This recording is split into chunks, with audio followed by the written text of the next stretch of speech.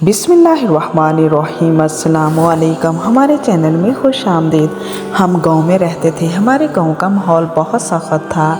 रोज़ बहुत पाबंदी की जाती थी। लड़के तो पढ़ लिख लेते थे मगर लड़कियों को घर बैठाकर मैट्रिक करना पड़ता था। मैंने भी मैट्रिक कर लिया था और अब आगे पढ़ना चाहती थी।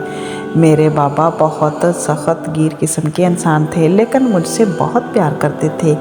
इसीलिए उन्होंने एफए के लिए प्राइवेट मेरा दाखिला भिजवा दिया और मैं घर बैठकर तैयारी करने लगी। बलाई इलाकों में झगड़ा होना बहुत मामूल की बात है। मेरे बड़े भाई की भी एक दिन वो मुखालिफ कबीले वालों से लड़ाई हो गई जिसमें इनका लड़का मारा गया।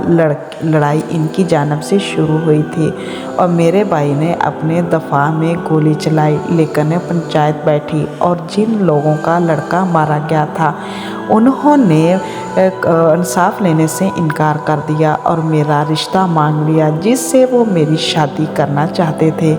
पहले से ही शादीशुदा था। इसकी हरकतें भी अच्छी नहीं थी। मेरे बाबा ने ऐसे शख्स को मेरा रिश्ता देने से इनकार कर दिया। पंचायत ने बाबा की एक ना सुनकर मेरा रिश्ता इस शख्स से तय कर लिया। मैं 21 साल की थी और वो 40 साल का एक बदकिरदार आदमी था। मेरे अब्बू अपनी हरगिज़ मेरे इस शादी से खुश नहीं थे और चाहते थे कि मुझे रात के अंधेरे में लेकर शहर अपने दोस्त के घर चले जाएं। उन्होंने ऐसा ही किया। बाबा के दोस्त का एक ही बेटा था जो शहर के हॉस्टल में पढ़ता था। बाबा अपने दोस्त के आगे हाथ जोड़कर कहा कि मेरी बेटी को अपनी बहू बना लें। बाबा के दोस्त बहुत अच्छे इंसान थे। उन्होंने हामी भर ली और मेरे बाबा मुझे वहाँ छोड़कर गांव वापस चले गए। बाबा के दोस्त का रवैया मेरे साथ बहुत अच्छा था मगर इनकी बीवी को एक आंख नहीं बाती थी। वो हरगिज़ बेटे की मुझसे शादी करने पर तैयार ना थी। एक दिन मैंने इन लोगों को बातें करते सुना। अंकल बहुत गुस्से से कह रहे थे कि अपने बेटे को समझाओ, इसकी शादी वहीं होगी जहां मैं चाहूँगा। इसने मेरे फैसले के ख़िलाफ़ जाने की कोशिश की तो तुम दोनों माँ बेटे को घर से निकाल दूँगा। आंटी कहने लगी कि आपका अकलौता पढ़ा लिखा बेटा है, वो ऐसे कैसे आप किसी भी अनपढ़ और गांव की लड़की से इसकी शादी कर देंगे। मगर अंकल ना माने और ज़बरदस्ती अपने बेटे को घर बुला लिया। मेरी शादी इससे करवा दी लेकिन इस लड़के ने मेरी शक्ल तक को देखना गवारा नहीं किया। वो निकाह के फौरी बाद कहीं चला गया। ससुर ने मुझसे बहुत प्यार से कहा कि आस्ता आस्ता वो ठीक हो जाएगा। इस वक्त ख़ास तवज्जो देना चाहिए। रवैया बिल्कुल भी अच्छा नहीं था। मुझे ज़रा भी पसंद नहीं करती थी। मेरा शौहर वापस हॉस्टल चला गया था। ज़िंदगी अच्छी खासी गुजर ही रही थी। अंकल ने मेरा कॉलेज में दाखिला भी करवा दिया मगर मेरी किस्मत शायद इसमें सुख का सांस लेना था ही नहीं। आज इसी दिन मैं अपने ससुर के साथ किताबें लेने गई कि बाबा के दुश्मनों ने देख लिया और इसी वक्त मुझ पर गोली चला दी मगर मेरे ससुर ने मुझे बचाने के लिए खुद को आगे कर दिया और जान की बाजी हार गए। मेरे बाबा इनके जनाजे पर आए तो बहुत शर्मिंदा थे। वो मुझे अपने साथ ले जाना चाहते थे मगर सास ने मना कर दिया। सास ने इसी वक्त सामान पैक करना शुरू किया और मुझे लेकर दूसरे शहर आ गई। वो मुझे सज़ा देना चाहती थी। सारी उम्र मेरे घर वालों को मेरी शक्ल के लिए तरसाना चाहती थी। दूसरे शहर में आकर मुझ पर मेरी सास ने जुल्म की इंतहा कर दी। वो ही मुझे अपने शौहर की मौत का ज़िम्मेदार समझती थी। बार बार मुझे पीटती, पूरे घर के झाड़ू पोछा बार सफाइयाँ करवाती, खाना खाने लगती तो आगे से उठा लेती। मुझे फिर सारा दिन भूखा रहना पड़ता।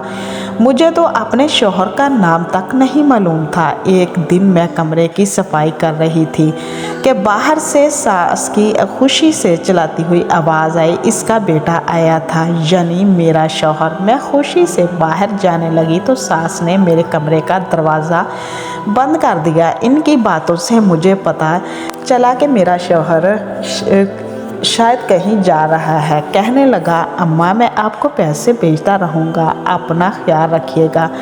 आपका जब भी जी चाहे मुझसे मिलने आ जाइएगा, मैं अब दोबारा यहाँ नहीं आऊँगा। वैसे जब तलाक चाहिए होगी भिजवा दूँगा, इस लड़की से पूछ लेना। वो चला गया बगैर मुझसे बात किए। तलाक का लफ्ज़ सुनकर ही मैं कांप गई। हमारे ख़ानदान में बल्कि पूरे गांव में आज तक किसी की तलाक नहीं हुई थी। अगर मैं तलाक लेकर जाती तो मेरी बहुत ज़्यादा इंसल्ट हो जाती। मेरी सास ने इसके जाने के बाद मुझे कमरे से निकाला और कहा, जा खाना बनाओ और घर के काम करो। मेरे शौहर हर महीने पैसे भेजा करता था, लेकिन मेरी सास सारे पैसे खुद रख लेती, 1 रुपया तक ना मुझे देती। एक दिन सास घर पर नहीं थी, इसका फ़ोन आ गया। मैंने डरते डरते बात की तो कहने लगा, तुम जब तक चाहो वहाँ रह सकती हो, जब आज़ाद होना चाहो मुझे बता देना। बस इसके बाद फ़ोन बंद हो गया और मैं अपनी किस्मत को कोसने लगी। क्या ज़िंदगी है मेरी। अब इस कैद खाने में रहकर दिल उकता गया था, बाहर जाने को दिल करता था।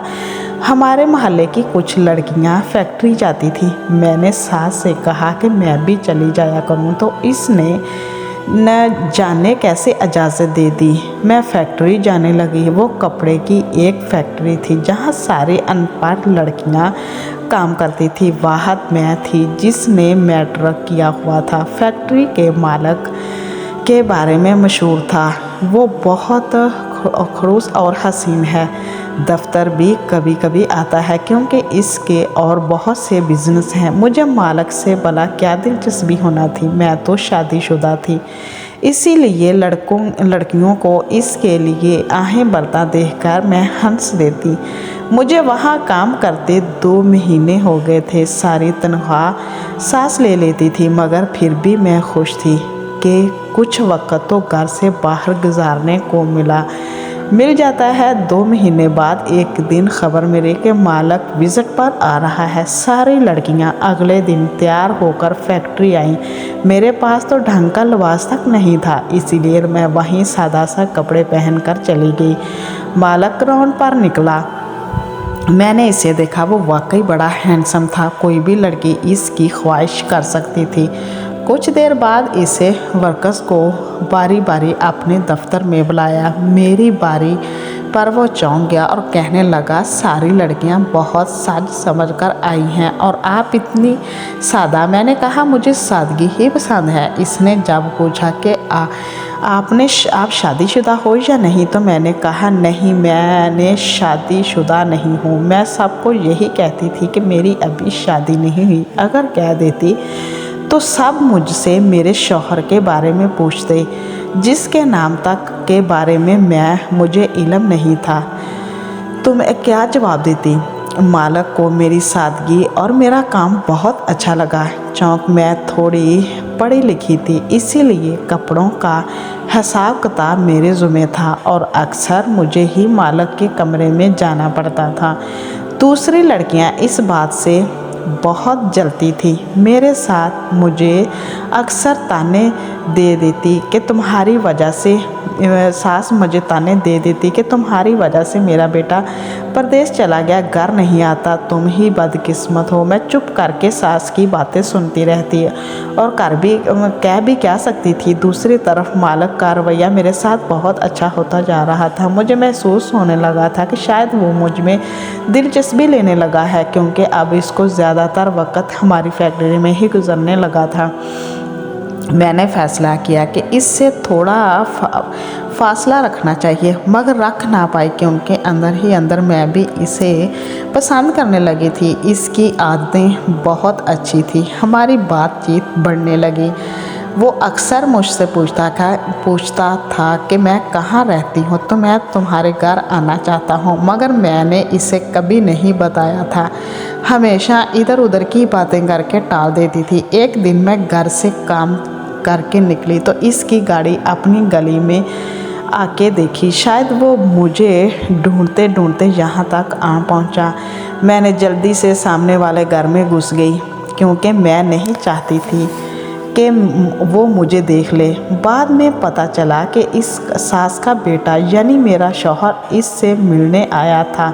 सास ने कहा कि मैं अपने बेटे की दूसरी शादी कर दूंगी, वो तुम्हें तलाक देना चाहता था, मगर मैं ऐसा नहीं चाहती थी कि वो तुम्हें तलाक दे, इसीलिए मैंने इसे मना कर दिया और कहा कि जिससे चाहो दूसरी शादी करो, मगर तुम्हें तलाक नहीं दे सकता। ऐसे कैसे मैं तुम्हें जाने दूँ। मुझे अफसोस हुआ कि मैंने जल्दी जल्दी गाड़ी तो देख ली, मगर गाड़ी के अंदर बैठा हुआ शख्स नहीं देख पाई। काश मैं इस वक्त घर पर होती, इससे खुद बात कर लेती कि अब मुझे आज़ाद कर दो। मेरी फैक्ट्री के मालिक का नाम तैमूर था। वो बहुत अच्छा था। हम दोनों ही एक दूसरे को बहुत पसंद करने लगे थे। कुछ अरसा गुजरने के बाद इसने मुझे शादी के लिए प्रपोज़ किया तो मैंने सोचने लगी और मैंने थोड़ा सा वक़्त मांगा, क्योंकि मैं चाहती थी कि पहले शौहर से तलाक ले लूँ और अपनी माँ से मुझे मिलवाना चाहता था। रोज़ मुझसे कहता कि मगर मैं टाल देती, क्योंकि मैं पहले ही तलाक वाला मामला निपटाना चाहती थी। मगर एक दिन वो बगैर बताए मुझे एक रेस्टोरेंट ले गया। मुझे लगा कि हम खाना खाने आए हैं, मगर इसने तो मेरे सर पर यह कहकर आसमान ही गिरा दिया कि वो मुझे यहाँ अपनी माँ से मिलवाने लाया है। मैं घबरा गई और घबराते लेकिन फिर सोचा बाद में भी तो मिलना है, तो अभी ही क्यों ना मिले। उसी रोज़ मैं अपनी सास को एक औरत के साथ अंदर आते देखा तो मेरी जान निकल गई। अगर वो मुझे देख लेती तो क़यामत आ जाती। मैं फौरी उठी और बगैर कुछ कहे वहाँ से जल्दी जल्दी भाग गई। अगले दिन तैमूर काफ़ी नाराज़ हुआ कि मेरी माँ इंतज़ार करती रही, मगर तुम वापस ही नहीं आई। मैंने इससे माफ़ी मांगी और कहा कि मेरी तबीयत ख़राब हो गई थी एकदम, इसीलिए वहाँ से आना पड़ा। अब वक़्त आ गया था कि मैं अपने शौहर से तलाक का मुतालबा कर देती। मैं जानती थी कि सास ऐसा होने नहीं देगी, मगर मुझे हर हाल में तलाक लेनी थी, तभी तो मैं तैमूर से शादी कर सकती थी। मैंने एक दिन छुप कर अपने शौहर को फ़ोन किया, मगर उसी वक्त तक पहुंचकर मेरी सास ने छीन लिया, मुझे कमरे में बंद कर दिया। एक दिन मेरी सास बाज़ार गई हुई थी। अचानक मेरे जहन में ख्याल आया तो शौहर से तलाक की बात तभी हो सकेगी जब वो यहाँ आ जाएगा। मैंने इसे फ़ोन किया और कहा कि तुम्हारी माँ की हालत बहुत ख़राब है, इसीलिए जल्द अज जल्द यहाँ आ जाओ, क्योंकि सिर्फ यही वो बहाना था जिससे फौरी तौर पर आ सकता था, वरना मेरे कहने पर तो वो कभी ना आता। 1 घंटे बाद दरवाज़े पर दस्तक हुई। मुझे लगा सास होगी, मगर तैमूर को देखकर मेरे होश उड़ गए। इसे किसी ने मेरे घर का एड्रेस दिया था। वो भी मुझे देखकर हैरान रह गया। इसे भी जैसे उम्मीद ही नहीं थी कि सामने मैं होंगी। बेहद हैरानी से इसने मुझसे पूछा, तुम यहाँ क्या कर रही हो? इससे पहले कि मैं जवाब देती, मेरी सास आ गई और तैमूर को देखते ही खुशी से बोली, मेरा तैमूर आ गया। तुम कब आए हो बेटा? मैं कई दिनों से तुम्हारा इंतज़ार कर रही थी। बेटा अल्फाज सुनकर मैं सुन रह गई। ये सास क्या कह रही थी? तैमूर इसी का बेटा था। मेरी सास रुकने लगी, वो भी मुझे हैरत से देख रहा था। सास ने मुझे पीछे करते हुए कहा, पीछे हटो, पहले मेरे शौहर को खा गई हो, अब के अम्मी मेरे बेटे को भी नज़र लगाओगी। मेरे कदमों तले से जान ही निकल गई, यानी तैमूर ही मेरी सास का बेटा और मेरा शौहर था। मैं और मेरा शौहर दोनों ही एक दूसरे की हकीकत से लाइल्म थे। हम दोनों ने ही एक दूसरे से शादी होने वाली बात छुपाई थी।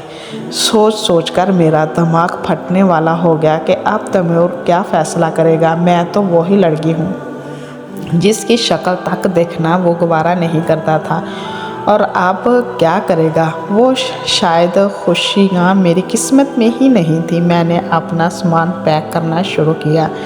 मैं अब इससे नज़रें नहीं मिला सकती थी और ना ही इसकी आंखों में नफ़रत देख सकती थी। मैं कमरे से निकलने लगी तो वो दरवाजे पर खड़ा था। मुझे देखकर कहने लगा, मैं हमेशा सोचा करता था कि तुम्हें देखकर मुझे मोहब्बत का एहसास क्यों होता है, क्योंकि मैं तुम्हारी तरफ खींचता चला आता हूँ और तुम मेरी तरफ। अब मालूम हुआ कि वो ताकत निकाह की थी तुम मेरी बीवी, और मैंने पिछले सालों में जो भी बेइंसाफ़ी बरती इसके लिए मुझे माफ़ कर दो। मैं रोने लगी। अल्लाह ने मेरी सुन ली थी, मुझे वो अता कर दिया जो मैं चाहती थी। मेरी सास हरगिज़ नहीं चाहती थी, मगर हमें उम्मीद थी कि कभी ना कभी वो भी हमारे रिश्ते को कबूल कर लेगी। ज़िंदगी में बहार आ गई थी और मैं अपने परवरदिगार की मशकूर थी जो दिलों के बीत से खूब वाकिफ़ था और दिल की मुराद पूरी करने पर कादर था। प्लीज़ हमारे चैनल को सब्सक्राइब करें ताकि आपको अच्छी वीडियो सुनने को मिले। अल्लाह हाफिज़।